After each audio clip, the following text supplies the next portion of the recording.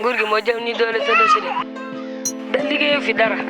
gi gaa ngi weer maa ngi mbaali li ma dajale ñaata la 17 000 mais nguur gi war la tëdd suñu doole nag dañu war a bàyyi ñu am li ñu war a am moom daal dañu war a defaraatal ñu géej dañu war a jox ñu géej gi jël na ko jaay ko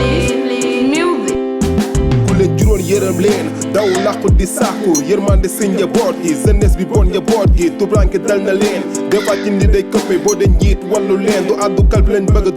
doon jeunesse bu am jom mel na bët di ambulant formation manqué na jigéen ñii di monaki na tey seen bopp di mardona ñi ci des di baana tey saxoo yàlla yaana ñu ne daw américaana xelu picc ngi ci suuf waaye ñu fa dëgg tànkam may laaj fu gaal gi jëm est-ce que dina doon mu cëm ñaata jeune ñoo fi des si diggante 21 ba 3 ñaata jeune ñooy laaj pour jot ci seeni droit ñaata jeune lañ fi jàpp tëj fàtte ana loi ñaata jeune ñoo dee si gaal yi gisatuñ jën si mbaal yi étranger suñu wax yi tax ba mool yi xaddi bu déglu suñu wax yi tax ba jeune yi xaddi foo tourné ay bata ngay seet li metti na yaay xale yaa ngi jooy ku leen di wàlloo li metti na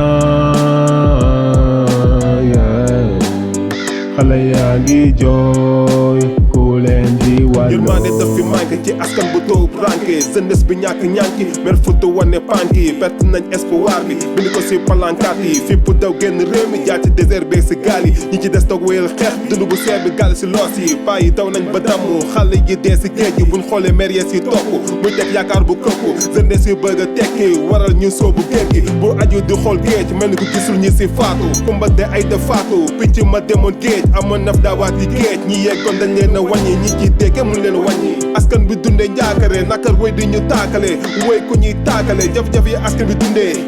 ku ñuy taakale tëj université gi yokku dund ku ñuy taakale facture yu seer feebar doo fa ju ku ñuy taakale foo tourné ay bata ngay seet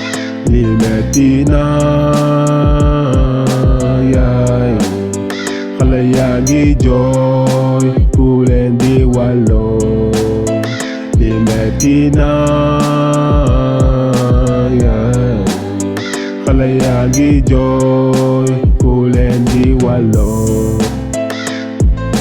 yeah Cobra kon kàddu xale yaa ngi noonu fay biram fexeel tàqali ñoog coono tey 26 mars 2024